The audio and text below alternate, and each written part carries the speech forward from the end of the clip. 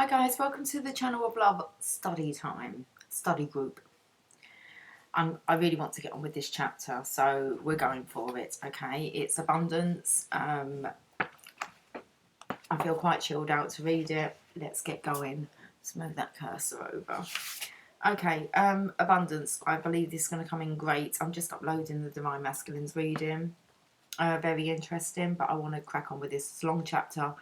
I don't know how much we're going to... I've got 57% on my laptop. Let's do this. Abundance. It is a simple procedure to calculate the number of seeds in an apple, but who among us can ever say how many apples are in a seed?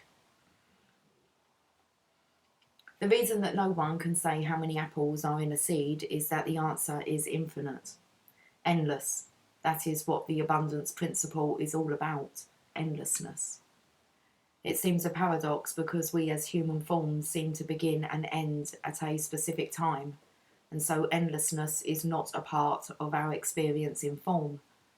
But it is difficult to imagine that the universe has any boundaries or that it simply ends someplace. If it does, what's at the end? And what's on the other side of what's at the end? And so I suggest there is no end to the universe. And there is no end to what you can have for yourself when this principle is part of your life.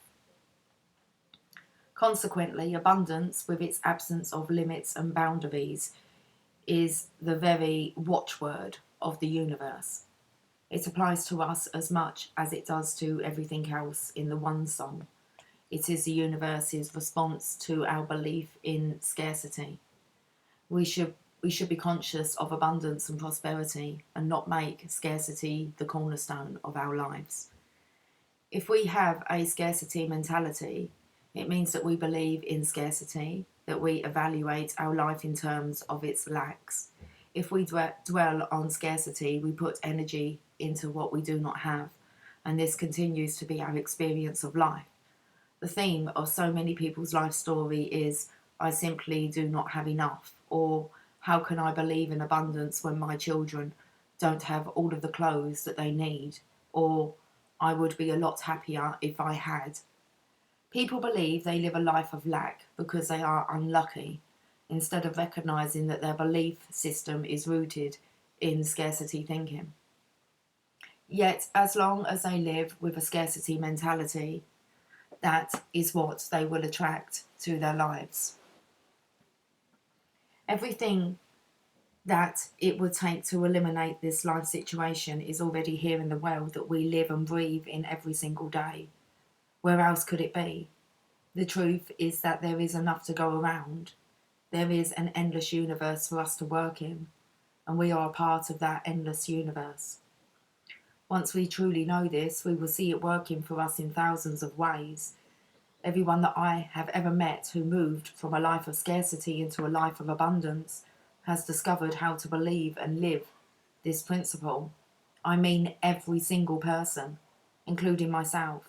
But how do we get rid of scarcity mentality? Well, please tell us. Transcending a scarcity consciousness. The first step towards discarding a scarcity mentality involves giving thanks for everything that you are and everything that you have. That's right, give thanks, but not in some meaningless charade. Truly appreciate the miracle that you are, the fact that you are alive, that you have eyes, ears, feet, and that you are here right now in this marvellous dream. Make an effort to begin focusing on what you have rather than on what you are missing. Nothing is missing. How could anything be missing in a perfect universe? When you begin to focus on being thankful for all that you have, the water you drink, the sun that warms you, the air you breathe, and everything that is a gift from God, you will be using your thoughts, your entire essence, to dwell on abundance and your humanity. Keep in mind that you are one cell in a body of humanity, and that cell requires harmony in order to cooperate with the adjacent cells. As you do this, your energy will shift to the miracle of your being here. While you are focused on the miracle that you are and all that surrounds you, you cannot be focused on what you are not and what seems missing from your world. As you practice being thankful, expand the list of things that you are thankful for: friends and family, clothes and food, any money that you have, all of your possessions, every single thing that has come into your life for you to use while you are here. I mean every single thing. The pencil, the fork, the chair, everything. Begin to focus on how thankful you are to have these things in your life now when you need them. Think of them as yours to use temporarily before sending them back into circulation. Once you have trained yourself to begin the process of being thankful for everyone and everything that comes your way, as well as being appreciative of your very humanity, you are on your way towards eliminating a scarcity mentality. Whatever you focus your thoughts on expands. Read it again. Whatever you focus your thoughts on expands. It really is quite logical. Whenever you tend to think about whatever you tend to think about is what you focus on and create more of. For example, if you have some debts and some principal, and your entire focus is on what you have, then you will expand your principal. If your principal is only $500 and your debts are $5,000, and you focus on the money that you have, you will begin to do something with it. Whatever you do with it in a positive way will help it to expand. Conversely, if you focus all of your thoughts on your indebtedness, always reminding yourself how poor you are and making that the locus of your emotional life, that is precisely what you will expand. This is very clear when it comes to minor illnesses.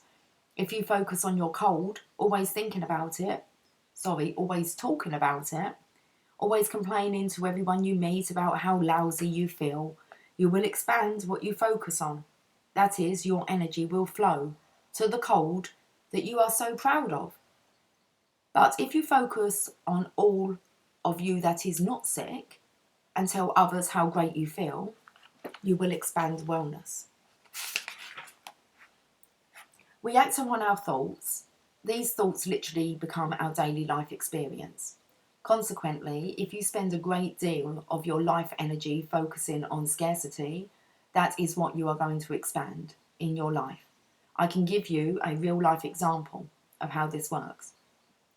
I have a dear friend named Bobby Branch who lives in Wenatchee, Washington. They live in Washington, okay.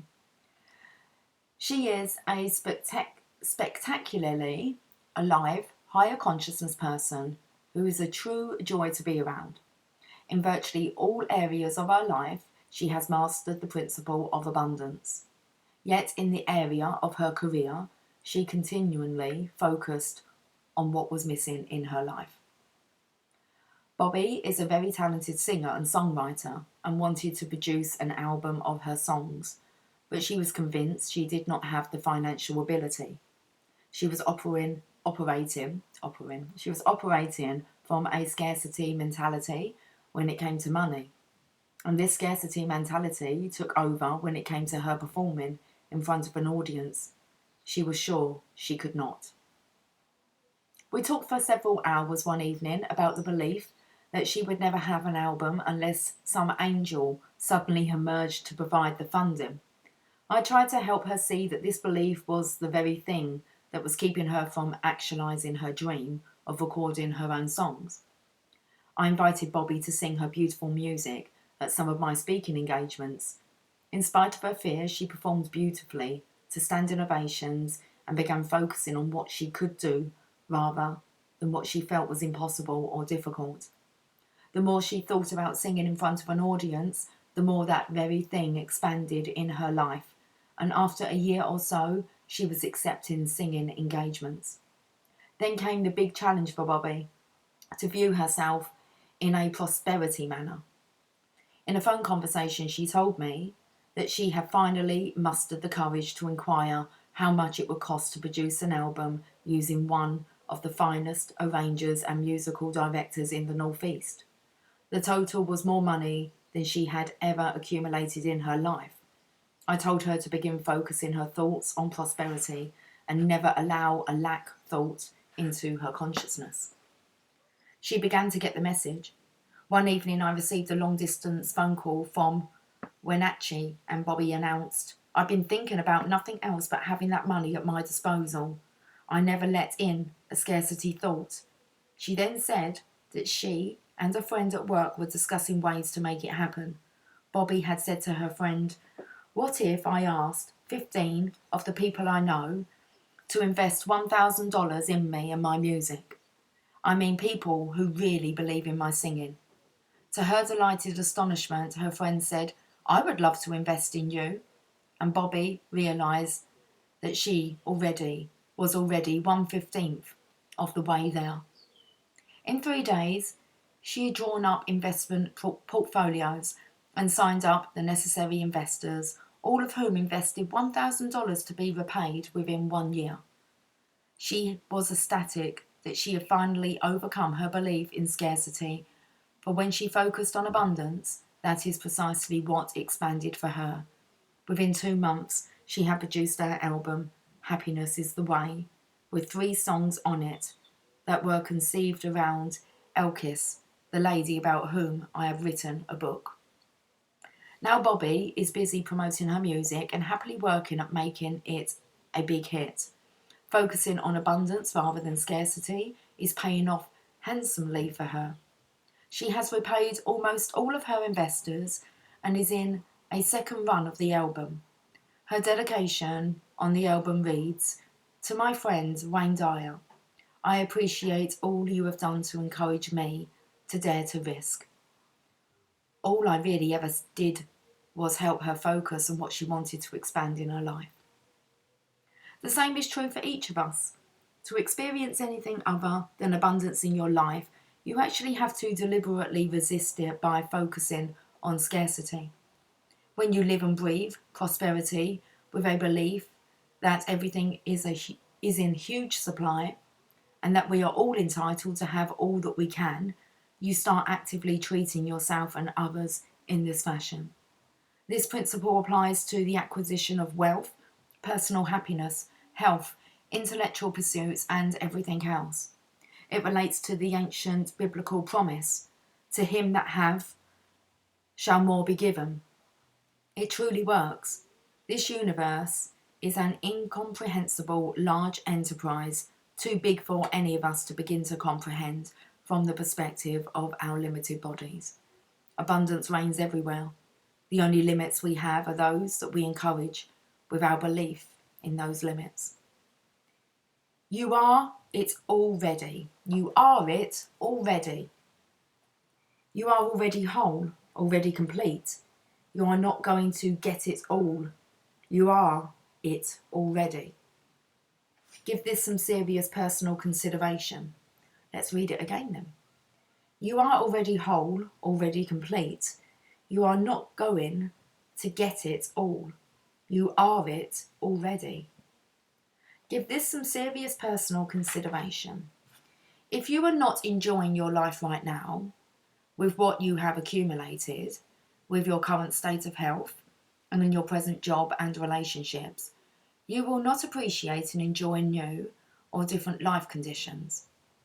Our ability to enjoy life comes from how we choose to process life, rather than from externals. Nothing outside of ourselves has the power to bestow happiness or fulfillment on us. What determines the quality of our life is our choice to be fulfilled or not, based upon how we think, how we view ourselves, and our place in the universe. Consequently, if you are a person who needs more in order to feel complete, then you will still feel incomplete when you have acquired more. Thinking in terms of abundance principle means believing an inner dialogue. I love who I am and what I have attracted to myself up until now. I do not need another thing or even one tiny change in order to be happy or complete. I know in my heart that I am not going to get it all, but that I truly am it all already.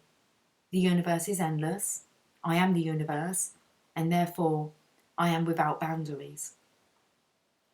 Creating and believing your own affirmations demonstrates your readiness to tune into abundance. There is a story of a man who went to a guru asking for the essentials he needed to have perfect happiness and success for the remainder of his life. The guru left him with nothing, implying that he already had everything that he needed. Happiness and success are inner processes that we bring to life undertakings, rather than something we get from out there. When we operate from the principle of scarcity, we generally believe, if only I had something else, then I would have a lock on happiness and success. A close look at this logic shows that what we are really saying is, I am not complete right now. In some way, I lack what I need, and when I get that, then I will be complete. If that is our belief, then we are relying on a disabled, incomplete person. This kind of scarcity thinking assumes that we are not yet complete, happy, loving, total human beings, that we do not already have the missing pieces in abundance within ourselves. Thus, we operate from a thinking process of deficiency and end up trapped in the belief that I've got to have more before I can be happy. This is the very thing that keeps us from tuning into the abundance that is everywhere. You are it already. You already possess exactly what you need for happiness, success, fulfillment, and all of the lofty general goals that so many of us aspire to. If our basic needs are met, and we have food, water, and air, then we have within us the ability to be blissfully happy.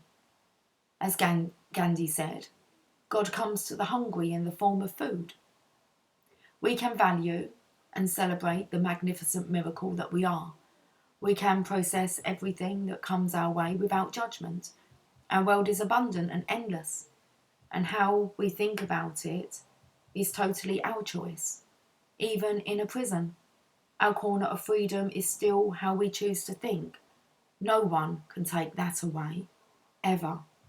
Once we know this, we can relate to abundance as the watchword of our entire existence. Yes, indeed, you are it all. Everything that it takes to have abundance in your life, you already are. Tune your antennae into making it all work for you. You cannot own anything. Abundance is not something that we acquire. It is something we tune into.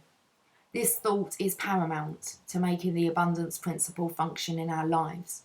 Keep in mind that there is an infinite supply of energy in the universe, and that everything, including your very form and all of your accumulations, is essentially energy. Everything vibrates. We call that vibration energy, and our universe is infinite in its supply of energy. This energy is what constitutes aliveness. The energy that each of us emits is determined by our thoughts and how we choose to process our world. Process it through eyes that see only scarcity, and that is what will expand. Process it through eyes that see unlimited abundance, and that is what expands. If we need to own things, like it or not, we are filtering our universe through scarcity eyes. Our needs to own and possess things is a reflection of our belief that we do not have enough. Our need to accumulate and own literally keeps us from tuning into the abundance that is there right in front of our lack-filled eyes. All the things we think we absolutely must have in order to be happier are indications that we are controlled from without rather than from within, and this assumption leads to believing that we are incomplete and lacking somehow, and that we can complete that incompleteness by having more things. An endless trap. One that can never escape. One that we can never escape as long as we think that ownership of something is going to fill the void. How can you possibly own anything? Think for a moment about all the possessions that you have in your dream, the cars, boats, money, toys, or whatever you possess while you are in your dreaming body. When you awaken, you immediately realise that all of those possessions were illusions, and you only needed that temporarily for the dream. Now try to put this whole thing into perspective in relationship to the dream that you are now in, which lasts 80 or 90 years. Imagine yourself awakening and being able to look back at all of your possessions. How could you ever have owned anything at all? The best, I mean the very best, that we can do is to have temporary possession of our toys for a tiny speck of time, and then, like it or not, we awaken and realise that they are of no use. Since the major part of our living is in the astral dimension of thought, things are of no use in this state of formlessness. If we have a void, it is because we are thinking nothingness thoughts, and that kind of thinking always broadens the emptiness. We can expand in a more satisfying way by focusing on completeness and realising that we cannot own anything ever. This does not preclude taking great pleasure in anything that we accumulate or take title to temporarily. But remember, just as nothing in our universe is ever formed, neither are we. Everything is always in a state of transformation, including the title that we hold to our property, all of our toys, our family, our money, everything. All in transition, all circulating, landing in our lap for us to enjoy momentarily, and then get it, recirculating. Once we internalise this notion of not being able to own anything, ironically it frees us to have anything that we choose without being attached to owning or possessing it. We soon discover the joy of passing it along and sharing it. The paradox is, of course, that when we stop chasing and accumulating, we find all that we ever wanted or needed is available. The fear of not having enough prevents many from seeing that they already are enough. We cannot own anything, and a lifetime spent believing in scarcity and lack is a violation of the universal principle of abundance. A life of abundance does not mean a life of accumulating, but instead developing a spiritual sense of awe at the limitlessness of its all. Take, for example, your very own body. It is a portrait of unlimited abundance, capable of extraordinary accomplishments and restricted only by thoughts which focus on its limits. Your brain, with its trillions of cells, can direct your body to sleep or dance, to meditate or create, to build airplanes and submarines.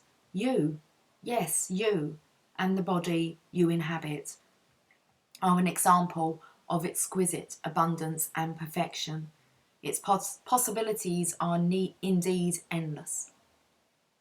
Its existence as a self-sustaining entity is so much a miracle that it boggles our mind either to consider how it got here and how it all stays alive and thinks and dreams and so on through an endless catalogue of miracles.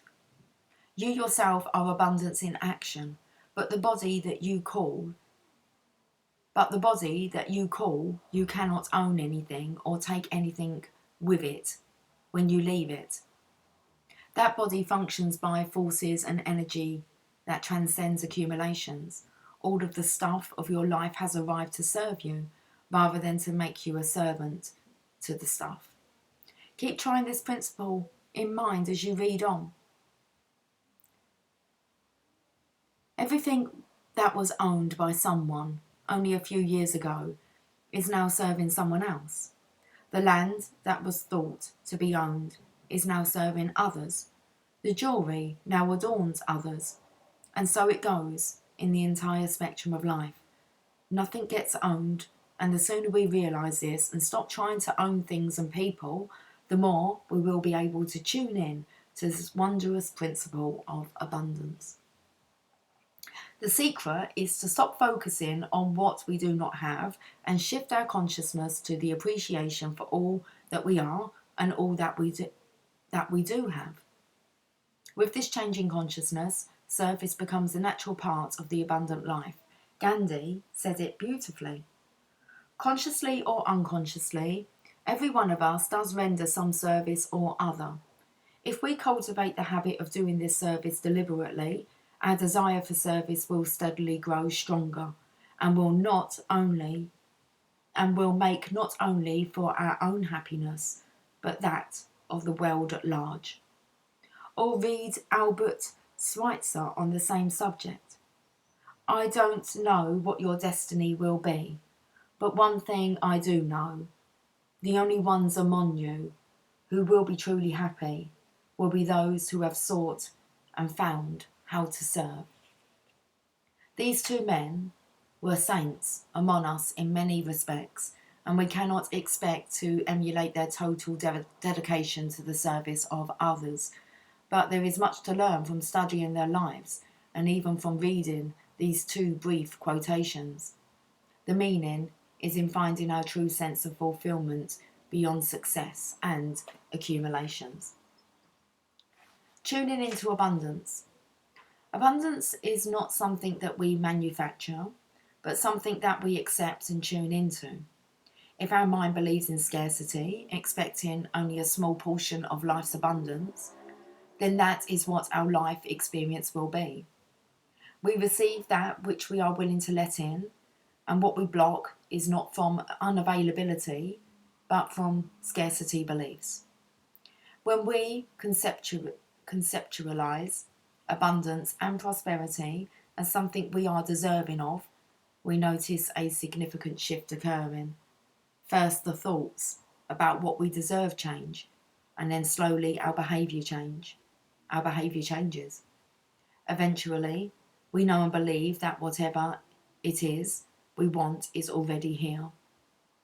And our belief will cause it to manifest. Again and again, I say, we expand what we focus on. Very interesting.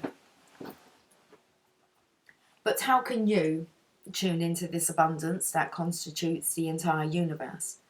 By changing around your perception of what is available for you and how you choose to recirculate that which flows into your life.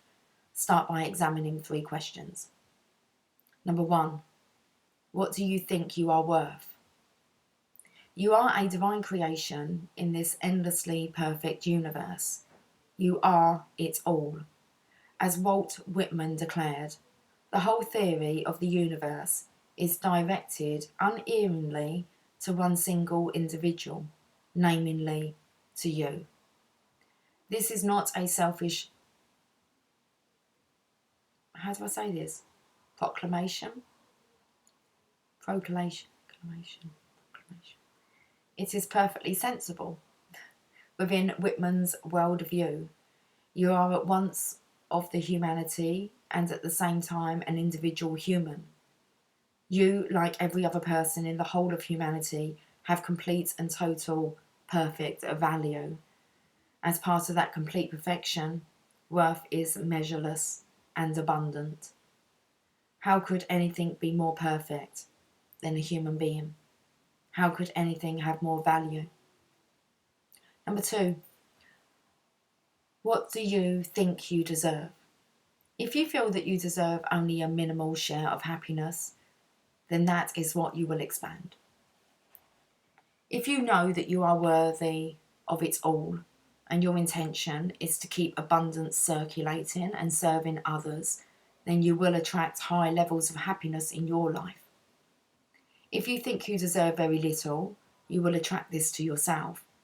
If you feel self-important, taking what you think you deserve at the expense of others, the results will be the same as if you felt you deserved very little. In both scenarios, you are undermining yourself in the process. Believing you deserve nothing, or that you deserve it all at the expense of others, is a self-destructive path that not only leads away from abundance, but towards scarcity in your life. Know that you deserve it all, and so does everyone else. And that, in the process of helping others to get it all, you serve yourself and all others simultaneously. Okay, number 3. What do you think is available for you? The totally honest answer to this question is central to how much is out there for you. If you focus on what you do not have or simply can never get, that is precisely what will expand in your life. At the end of a talk one evening, a woman asked Dr. Dyer, what do you think are the limits to my achieving all the success and happiness I would like in my life? My response was instantaneous. Your belief that there must be limits. It is not what is available or unavailable that determines your level of success and happiness. It is what you convince yourself is true. A report on participants in a study of visualization techniques relating to job hunting demonstrates the impact of personal expectations. 3 participants were instructed to visualize the following: availability of the work they wanted, their entitlement to that situation, and working at the new job. The participants' previous jobs have paid them annual salaries of $10,000, $25,000, and $250,000 respectively. Within a matter of weeks, each of them began working in precisely the same pay range as they had in their previous employment. Each of them was limited by what he believed he deserved and could not visualize himself in a higher paying position. The abundance that came into their lives fitted perfectly with what they imagined for themselves, and no more. This is true of virtually everything. The belief in scarcity is what creates scarcity and helps it to rule our lives. The same principle applies with abundance. Freedom and abundance. The concept that the universe is one song, ever expansive, without restrictions, other than those we choose with our thoughts, has built within it the notion of freedom. Boundaries and lines restrict freedom, but such boundaries are all created by man. The universe simply flows. The water goes to the edge, and the land flows right out from it. The air and the water are not separated by boundaries. They coexist and flow into and with each other in perfect harmony. Space goes on, uninterrupted by boundaries. There is a freedom to all of this that transcends any walls or restrictions that man has invented. So freedom is what abundance is all about. Freedom is the absence of restrictions. In nature, it is the bird deciding to put his nest wherever he pleases in harmony with the entire environment. It is the whales swimming wherever their hearts and instincts take them. Abundance in humans can only come about when the mind of mankind is likewise uncluttered by imagined limits. Learning to rid ourselves of the freedom-defying belief in limits is one way to create an abundant world for ourselves. How I made the major decisions in my life. Even as a very young boy, I would use my mind to centre on what I wanted rather than on what other people had or what was missing in my life. It always worked for me and continues to do so today. The essence of all of my decision making, as I look back, seemed to be in the direction of having more freedom in my life, freedom and control over my own destiny. I disliked having to be in a specific place each and every day, or having someone tell me how to dress, what to do, how to act, what to say, and how much money I would be receiving. And I wanted to go in a direction that would expand the freedom that I cherished. This is what the principle of abundance is about. Tuning in to the vastness that is there for us beyond all of the boundaries and controls that others would impose upon us. My first real job, other than cutting lawns and shoveling snow, was my paper route. From age 10 to about age 14, I delivered the the Detroit Times, the Detroit News, and the Detroit Free Press. I loved going to the local newspaper office and getting my papers, folding them, putting them on the handlebars of my bike or in saddlebags over the back. I was free. I made all of the decisions and no one told me how to run my route. But the one area in which I was not free was collecting from my customers. Each weekend, I had to knock on doors and collect the money for the weekly delivery. This took a great deal of time and had to be done every single week, or I did not get paid. Many times, people were not home, and I had to return over and over to collect my money. I felt trapped by this weekly ritual of collecting money, putting aside the amount I owed to the company, and then trying to collect the rest so that I could realise a profit. My very first decision to change jobs came about exclusively as a result of wanting to have more freedom over how I received my pay each week. I took a job working at Staley's Market, a small grocery store in my neighbourhood on the east side of Detroit. The first thing I wanted to know was how I would be paid. I discovered that each Friday evening, at the end of the day, I will be paid for the hours that I worked that week. This was a new measure of freedom for me, and one that I treasured. I felt a new sense of control over my life. Of course, I also had many new restrictions imposed on me. I had to report to work when Mr. Staley said to. I had to wear an apron. I had to work the hours that he decided were appropriate for me, but I did not have to traipse through the snow and slush, hoping that my customers would be home so that I could collect my earnings. I stayed at Sally's, I don't know how I pronounce that, Sally's, all through my high school years, working as an assistant manager after a few years, closing up the store and taking responsibility for the safe and the money, tabulations, working as a butcher if needed, and generally being in charge. I gained more freedom over my working hours and what I could do as I progressed from bag boy to cashier, to produce manager, to butcher, to assistant manager. My weekends were always 6 hours on Friday evening, 12 hours on Saturday, and 6 hours alone on Sunday to handle everything in the store. I was making good money and enjoying the work, but I knew this was not to be a career position for me. After graduation from high school, I enlisted in the Navy. I knew I had a military obligation, and I also knew that I did not want to be marching in a column and carrying a gun in preparation for learning how to become a potential killer. I could not have done it then, and I could not do it today. I tested well and was assigned to communications schools and ultimately to the island of Guam in the South Pacific. Each job that I managed to get while serving 4 years in the service was in the direction of more freedom. But the very first time I had to participate in a personal inspection, I experienced an internal revulsion that is impossible to describe. To have a young officer staring at me, inspecting my shave, critically examining my uniform, and telling me that my shoes were not shiny enough turned my stomach. I knew that I could not handle being in that situation for the next 4 years, and so I figured out in my own mind how I would avoid future inspections.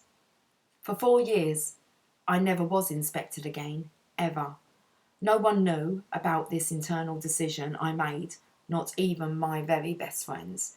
I simply moved towards more freedom by getting assigned to the kinds of positions that were exempt from inspections. I became a cryptographer, a supervisor of a message centre. Even within a system that is thoroughly regimented, I was able to extend a large measure of freedom over my life. After 4 years as an enlisted petty officer, I knew that I had to make some dramatic changes in my life. Re-enlistment was out of the question.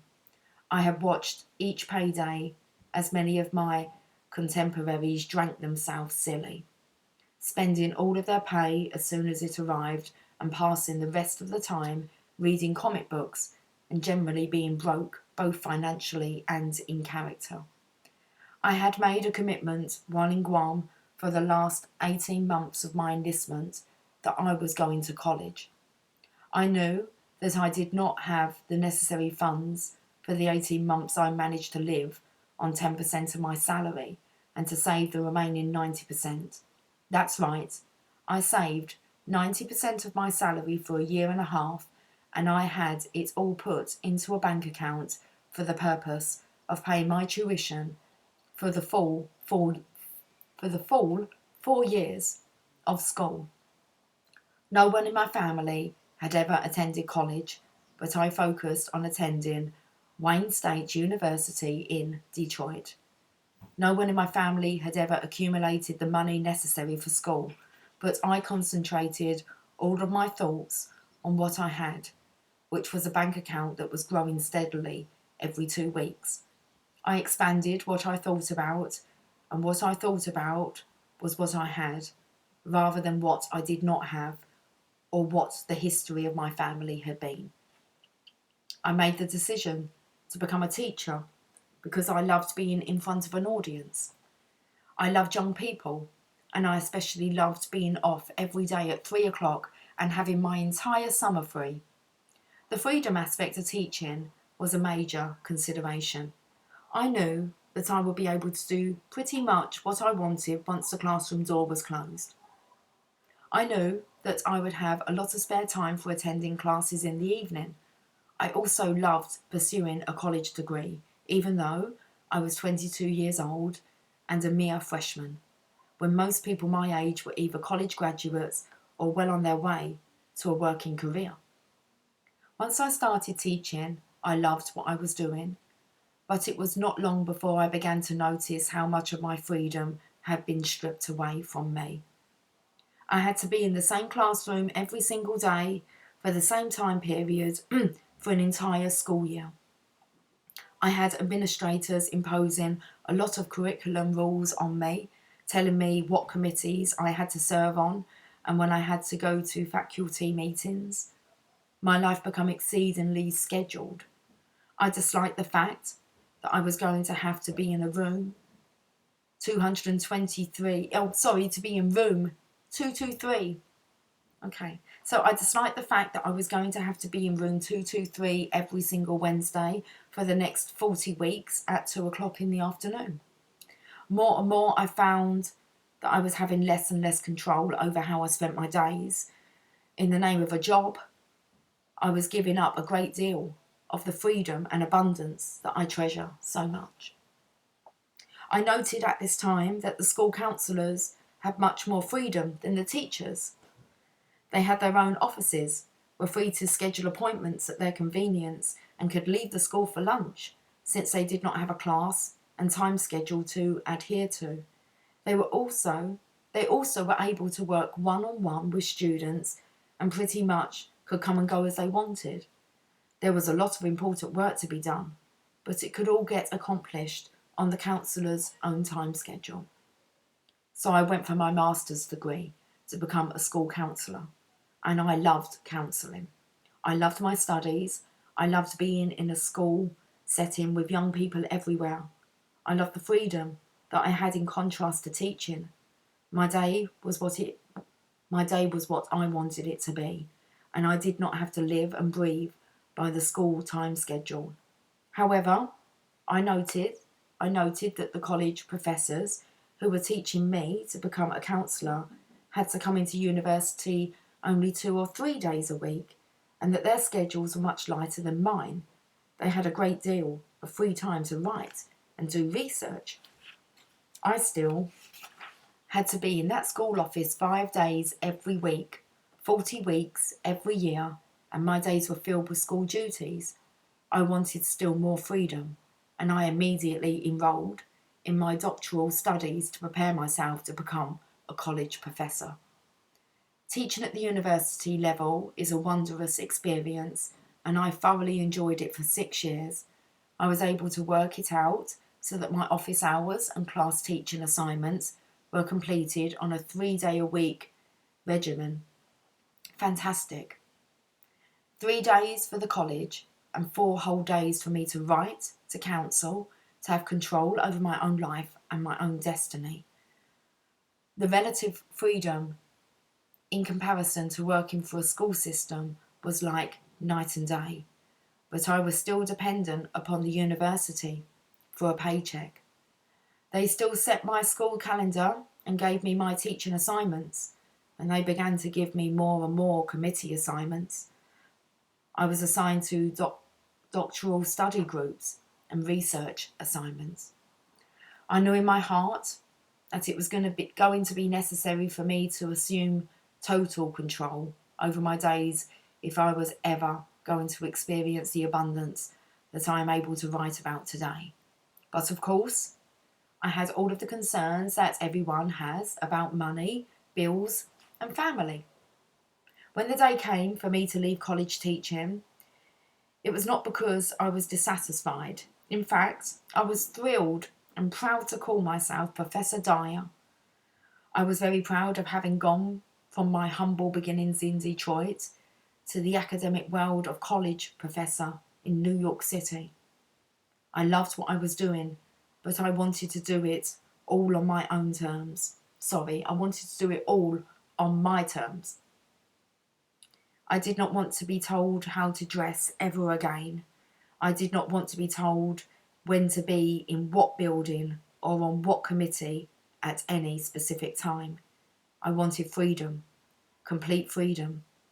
I made the decision to leave a marvellous teaching assignment at a wonderful university in order to have that control over my life. Again, I point out that never once did I entertain the idea that I would abandon my responsibilities and obligations. As I have said, I place an enormous amount of importance on being responsible for the choices that I have made in my life.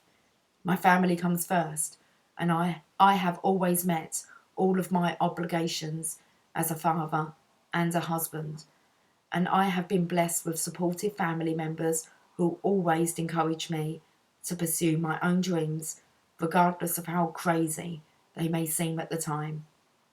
They have always known that Wayne was the kind of person who could not survive if he had to run his life by other people's rules.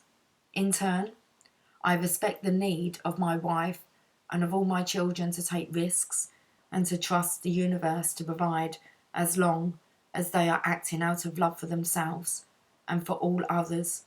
This kind of mutual respect for the rights of all of us to follow our dreams is of paramount importance in creating an abundant life. If your loved ones are fighting you, then everyone is weakened. When you are being encouraged, everyone is empowered. I continue to make decisions wherein I have more control over my own destiny. Being a writer requires tremendous mental and physical discipline, but I am the one who decides when I write and how I write. And if I want to write nude in the middle of the day on Wednesday, which is right now, and which I am right now, then that is precisely what I will do. I probably put in more hours speaking, writing, producing tapes, consulting, researching and reading than I ever did before. But I am free to do it at my own whim. I honestly do not know the difference between a Sunday and a Tuesday. I live each day doing what I love and always focusing on what I have rather than what is missing. I have always pursued freedom because that was the focus of my thoughts. I did not run away from the bondage. I lived joyfully through the years when my schedule was governed by other people and events, and I always focused on what I wanted, freedom. The small amounts of freedom that I had were so thoroughly blissful for me that I stay focused on those rather than commiserating about my lacks.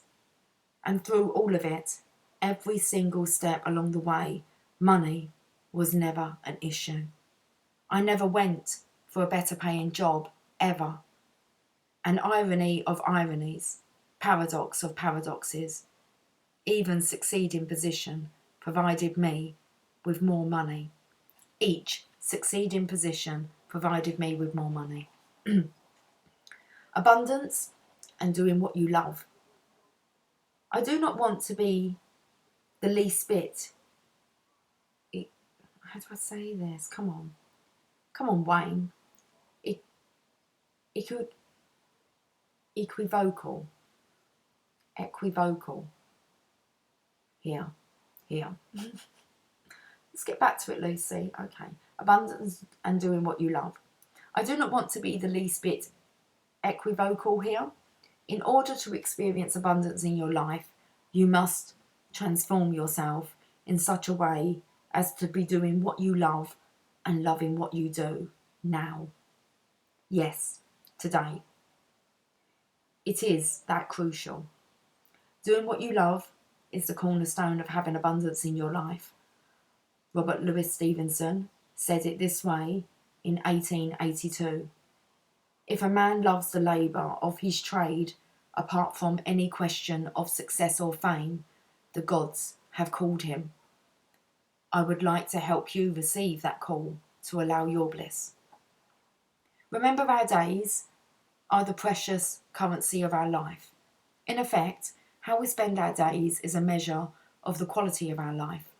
When our days are spent in unsatisfying tasks in which we feel ungratified, simply spinning our wheels to pay the bills, we are working to satisfy something outside of ourselves, like our financial obligations. If you choose to satisfy financial debts by doing work you dislike, you are constantly thinking about and centred on what you dislike. In fact, a third of your entire life becomes focused on thoughts which are negative. Since what you focus on expands, you are going to find this negativity enlarging in your life. Your life literally becomes focused on what you dislike. When you are experiencing your daily life doing work which you do not love, you are operating from a scarcity consciousness. Why do people spend their lives doing things that they do not love? Because they believe in scarcity rather than abundance. They will tell you, I don't have enough to do whatever I want, so I have to do the things I do. Or I can't afford to do what I love. Or I have no other choice. I've got bills to pay. I've got to pay my bills. Or, but carry on, I don't know anything else. Look at these reasons very carefully. They all imply that there is a scarcity of what is needed to survive. The person feels forced by virtue of this scarcity to continue in whatever work he is doing to fulfill his outer needs. However, if you understand that what you focus on expands, then you begin to see the folly in ever trying to fill the gaps by doing what you loathe. The loathsomeness is what continues to expand, because that is where all of the energy is centred. Think about this for a few moments longer.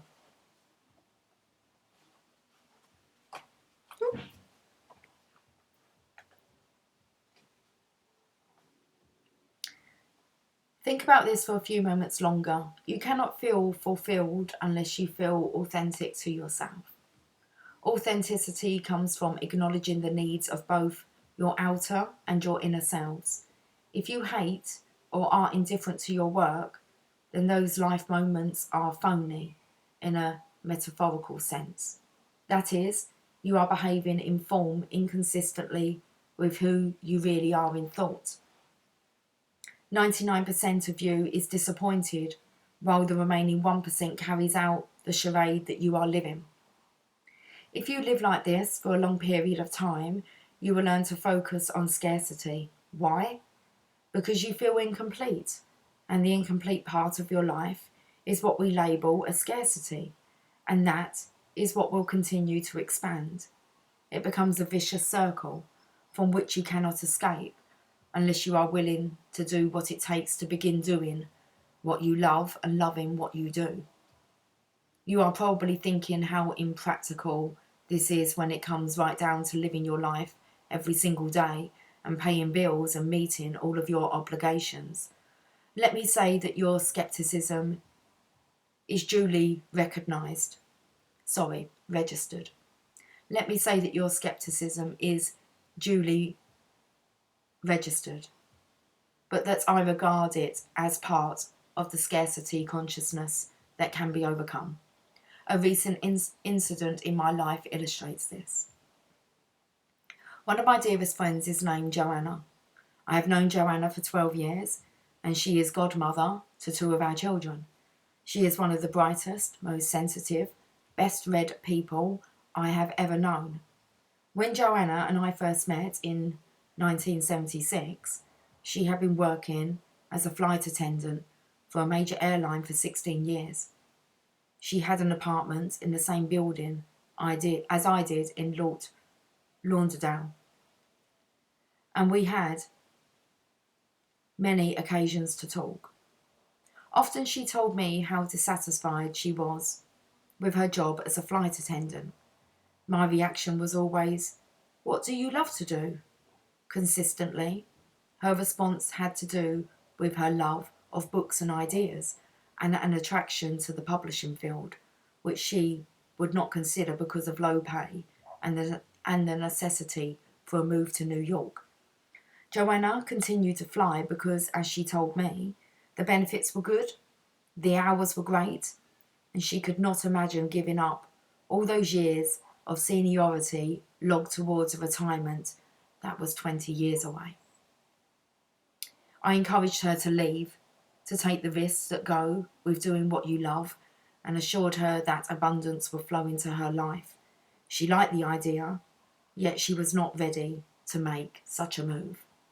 Meanwhile, she managed, from a paycheck to paycheck, never seriously in debt, still always short of the money that she needed, regardless of how many extra hours she flew. The more she worked, the higher her income tax bite, and the more she felt that she was not working for herself, but simply to keep ahead of the game. Meanwhile, her life was going by. After realising her phenomenal skills, I began to hire Joanna to do some work for me. She started out by typing my manuscripts for magazine articles and doing some editing work. Eventually, she became my personal editor and worked on my previous 3 books, editing, rewriting, line editing, typing, doing research, and generally becoming indispensable to me. The acknowledgement at the beginning of this book is testimony to the important role that she has played in its development. As the years went by and Joanna continued to fly, her dissatisfaction intensified and unusual things began to happen to her.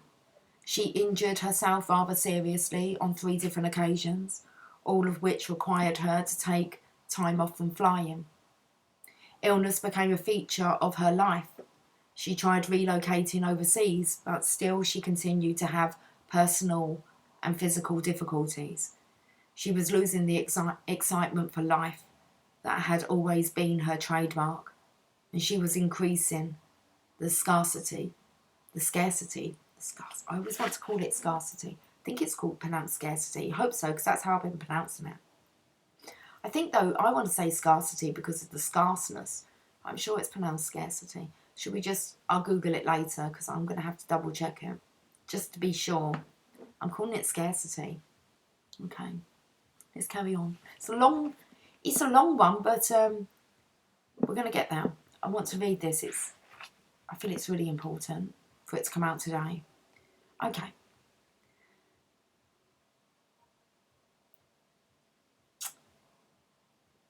She was losing the excitement for life that had always been her trademark, and she was increasing the scarcity in her life.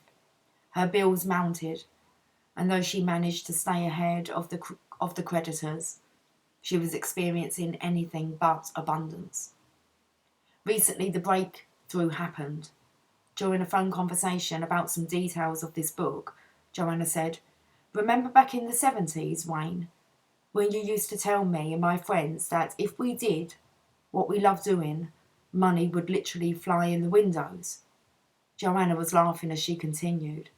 We used to laugh and tell you that was easy for you to say. It was flying in your windows from the popularity of your best-selling books, but we were convinced that we had to keep flying to keep the money coming in. I don't think I realised then how sincerely you were, from a self-knowledge, she said more seriously. From your discovery for yourself of the rewards of doing what you truly love doing. These past 2 months, working on this book and not flying at all, she continued hesitantly. I've gradually identified my exhilarated feeling as what you described then as doing what we love. She sounded determined as she added, it has dawned on me that the difference between being a flight attendant with those guaranteed benefits and losing myself pleasurably in doing what I love doing is a difference in a way of being in life that simply makes flying no longer an option for me. I wondered what had caused the breakthrough as she excitedly continued. This morning, I was happily immersed in thoughts and books and your words and ideas, working on the manuscript with a cup of tea, hot tea, next to my typewriter. As I was staring at the tiny new buds on the lilac bush outside my window, I saw the mailman drive up and he was delivering my 3rd large cheque from you, she said triumphantly, for doing what I love doing. When I got back to my typewriter, it really hit me. Here I am, reveling in the awareness that it is possible to feel this good about work when the money appears at my window. I didn't even have to go out and pick up my cheque. I chuckled as she explained. It seemed to me exactly what you were describing years ago, and here it was happening to me, I realised. She said in a steady voice. There is no question about my going back to work as a flight attendant. Actually, the money only confirms the rightness of doing what I enjoy. The words, you'll see it when you believe it, drifted through my thoughts as Joanna concluded.